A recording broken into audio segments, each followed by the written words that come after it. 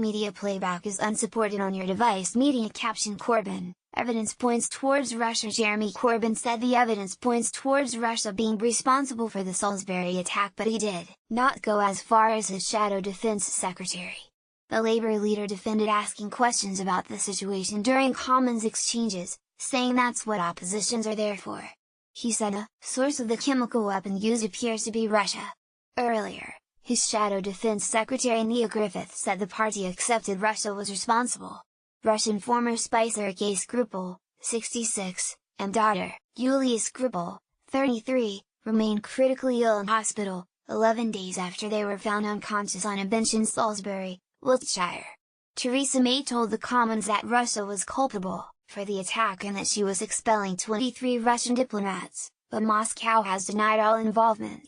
What did Mr. Corbyn say in the Commons?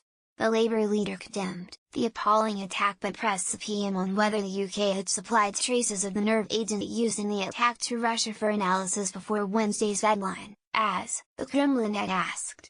And he asked what action the UK was taking with its allies through the Organisation for the Prevention of Chemical Weapons.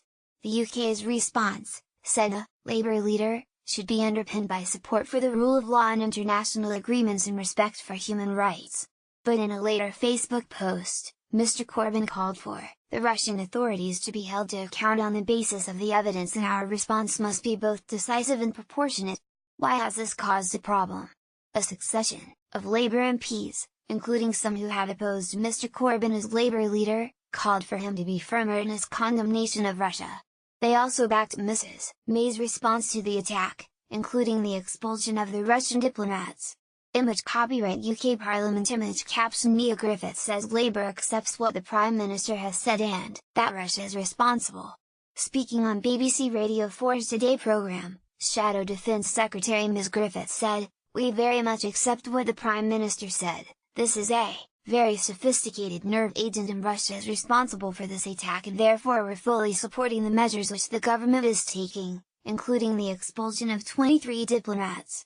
Asked if she was at odds with Mr. Corbyn on the issue, Ms Griffith said she was more plain-speaking than her leader and said he had made it clear in the subsequent statement that he put out on Wednesday evening that Labour was fully supportive of the government's actions.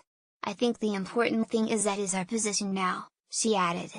According to The Sun, Shadow Foreign Secretary Emily Thornberry also backed the PM's stance, arguing that Russia is to face the consequences.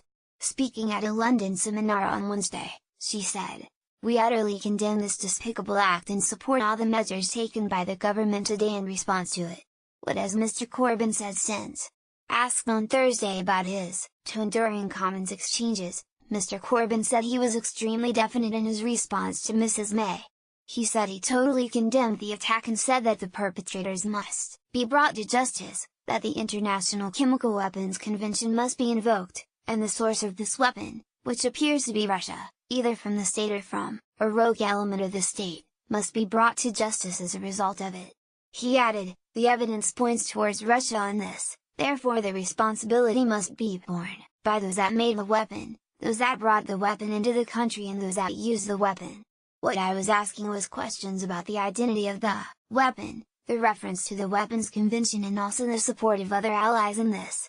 But in an article in the Guardian newspaper, he warned against hasty judgments that could lead to a new Cold War and said it was for the police and security services to determine whether the Russian state, or Russian mafia-like groups that have been allowed to gain a toehold in Britain were responsible.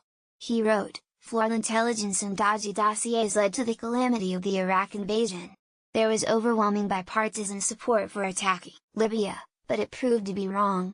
A universal repugnance at the 9/11 attacks led to a war on Afghanistan that continues to this day, while terrorism has spread across the globe."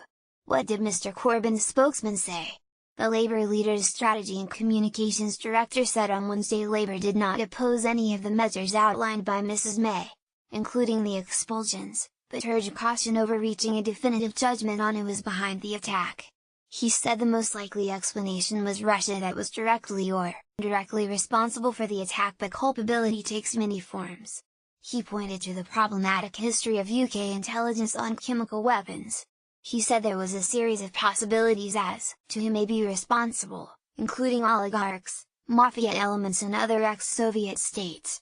In a reference to intelligence failings before the Iraq War, he added, "There is a history between weapons of mass destruction and intelligence which is problematic." To put it mildly, Ms. Griffith says she can't speak for Suma Smilne, adding that Jeremy Corbyn's spokesman has to speak for